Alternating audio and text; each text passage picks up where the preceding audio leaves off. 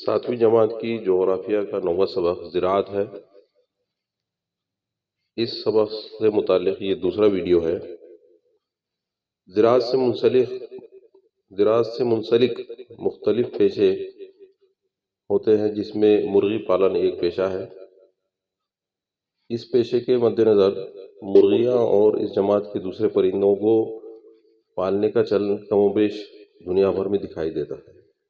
گھر کے پچھواڑے اور کھیتوں میں مرغی پالن ایک قدیم پیشہ مانا جاتا ہے۔ یہ پیشہ تجارتی اور گھریلو دونوں سطحوں پر کیا جاتا ہے۔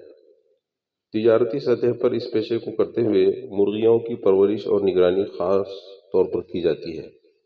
نت نئے طریقے اور غذائیں ان کو مہیا کی جاتی ہے، جس کی وجہ سے مرغیوں کی نشو و نما تیزی سے ہوتی ہے۔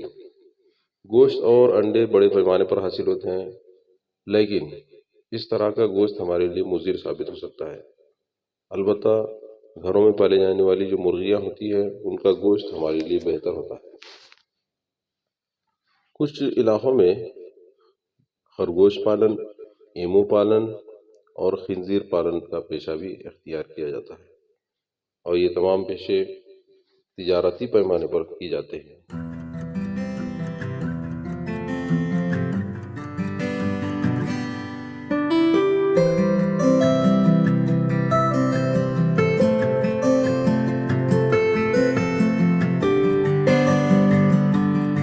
شہد کی مکھی کا پالن۔ شہد اور موم جیسی پیداوار حاصل کرنے کے لیے شہد کی مکھیاں پالنے کا پیشہ اختیار کیا جاتا ہے۔ شہد کی مکھیوں کے اس عمل سے زیرگی کا عمل بھی ہوتا ہے، جس کی وجہ سے درختوں کے پھلوں کی پیداوار میں اضافہ ہوتا ہے۔ شہد کی مکھیوں کے پالنے کا پیشہ زراعت کے نقطۂ نظر سے بڑی اہمیت رکھتا ہے۔ شہد یہ ایک غذا بھی ہے اور دوا بھی۔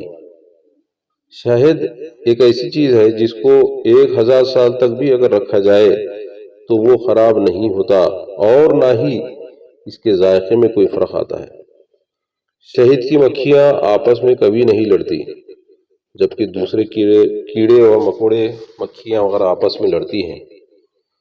ایک بڑا چمچ کی مقدار شہد جمع کرنے کے لیے مکھیوں کو تقریباً 2 لاکھ پھولوں کا رس چوسنا پڑتا ہے۔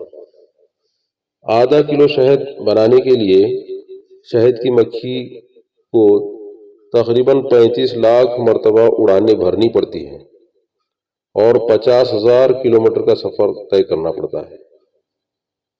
شہد کی مکھی اور چھتے سے متعلق معلومات کا ویڈیو انشاءاللہ الگ سے ڈالا جائے گا، دیکھتے رہیے ہمارے ویڈیو۔ مچھلی پالن، فش فارم۔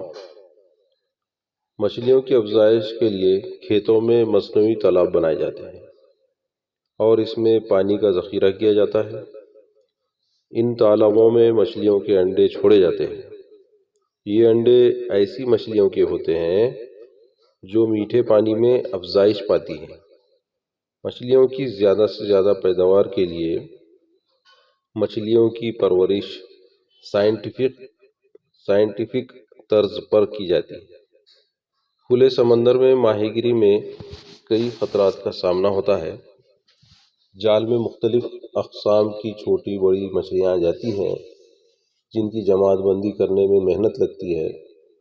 اس کے علاوہ تمام مچھلیوں کی قیمت ایک جیسی نہیں ہوتی، اس لیے کسی ایک قسم کی مچھلیوں کی انفرادی پیداوار کے لیے مچھلی پالن کے طریقے کی ابتدا ہوئی، اور اس کی وجہ سے مچھلیوں کی پیداوار کو فروغ حاصل ہوا۔ مچھلیوں کی پیداوار کے اس طریقے میں عام طور پر بام، روہو، راؤس، جھینگا وغیرہ مچھلیوں کی پیداوار کی جاتی ہے۔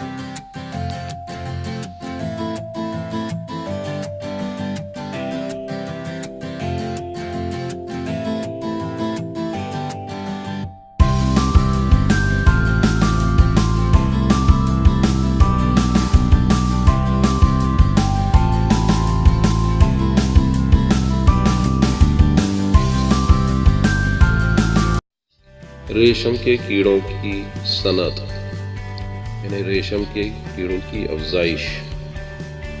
ریشم کے کیڑوں کے خول، جس کو ہم پیوپا کہتے ہیں، اس کے ذریعے سے ریشم کا دھاگا حاصل کیا جاتا ہے۔ ریشم کا کیڑا تتلے کی مانند ہوتا ہے۔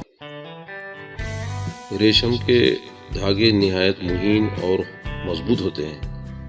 ان کے ذریعے نرم اور ملائم کپڑا تیار کیا جاتا ہے، جو آرائش اور زیبائش کے وسائل کے طور پر استعمال کیا جاتا ہے۔ ریشم کے دھاگوں سے کپڑا تیار کرنا اور ریشم کے خول حاصل کرنا، یہ دونوں آزادانہ الگ الگ پیشے ہیں۔ ان کا شمار کاشت میں نہیں ہوتا۔ کسان کو ریشم کے کیڑوں کے انڈے مختلف اداروں کے ذریعے مہیا کیے جاتے ہیں۔ شہتوت کے درختوں کے پتے ریشم کے کیڑوں کی خاص اور مرغوب غذا ہیں۔ شہتوت کے درخت کم از کم 15 سال تک زندہ رہتے ہیں، اس لیے ہر سال اس کے درخت لگانے کا خرچ بچ جاتا ہے۔ ریشم کی صنعت سے متعلق انشاءاللہ مزید ویڈیو آپ کو جاری کیا جائے گا، ضرور دیکھیں۔